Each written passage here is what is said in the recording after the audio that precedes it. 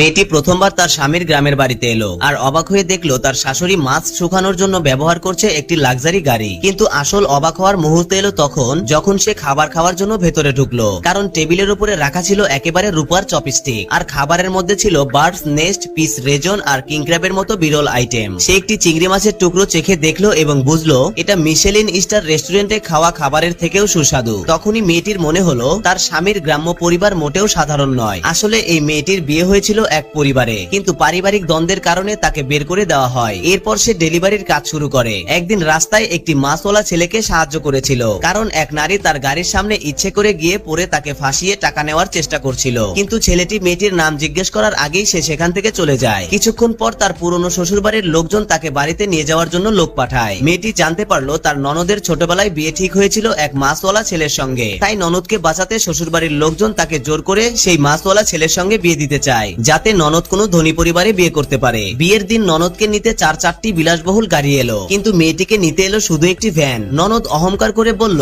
যেই গাড়িতে ও যাবে সেখান থেকেও মাছের গন্ধ আসছে। তবু মেয়েটি কিছু মনে করলো না, হাসি মুখে গাড়িতে উঠে বসলো। গ্রামে পৌঁছাতেই একটি মুরগি উড়ে এলো। ভয়ে মেয়েটি পিছিয়ে গেল এবং তার পা পড়লো মুরগির বিষ্ঠার ওপর। তখন শাশুড়ি দৌড়ে এসে তার হাত ধরে স্নেহ ভরে তাকে ঘরে নিয়ে গেল খাবার খাওয়ানোর জন্য। টেবিলে রূপার চপস্টিক দেখে মেয়েটির মনে হলো এখন কি গ্রামের মানুষও এত বিলাসবহুল হয়ে গেছে। টেবিলে বার্ডস নেস্ট, কিং ক্র্যাব আর অ্যাবালনের মতো দামি খাবার সাজানো ছিল, কিন্তু শাশুড়ি হেসে বললেন এইসব তো আমাদের প্রতিদিনের খাবার। ঠিক তখনই স্বামী একটি ছোট ভাঙা সাইকেল চালিয়ে বাড়ি ফিরলো। দুজনের চোখাচোখি হতেই মেয়েটি চিনতে পারলো এই তো সেই মাছওয়ালা ছেলেটি যাকে সে কয়েকদিন আগে সাহায্য করেছিল। ছেলেটিও অবাক হয়ে গেল। তারপর মা মনে করিয়ে দিলেন, আর সে হঠাৎ ভাবলো স্ত্রীকে উপহার দেওয়া উচিত। অ্যাপ্রন থেকে বের করলো একটি প্যাকেট। মেয়েটি দেখলো লাল কাপড়ে মোড়ানো, তাতে মাছের আঁশ লেগে আছে। এতে একটু লজ্জা পেলেও মনে করলো এখন সে বিবাহিতা, তাই হাসি মুখে এই উপহার গ্রহণ করতেই হবে। মনে মনে ভাবছিল হয়তো এর ভেতরে মাছের সঙ্গে জড়িত কোনো সাধারণ জিনিসই আছে। যদিও ভাবছিল যে এর ভেতরে কোনো সাধারণ জিনিস হবে, কিন্তু যখনই সে কাপড়টা সরালো তখনই বের হলো স্বর্ণের চুড়ি।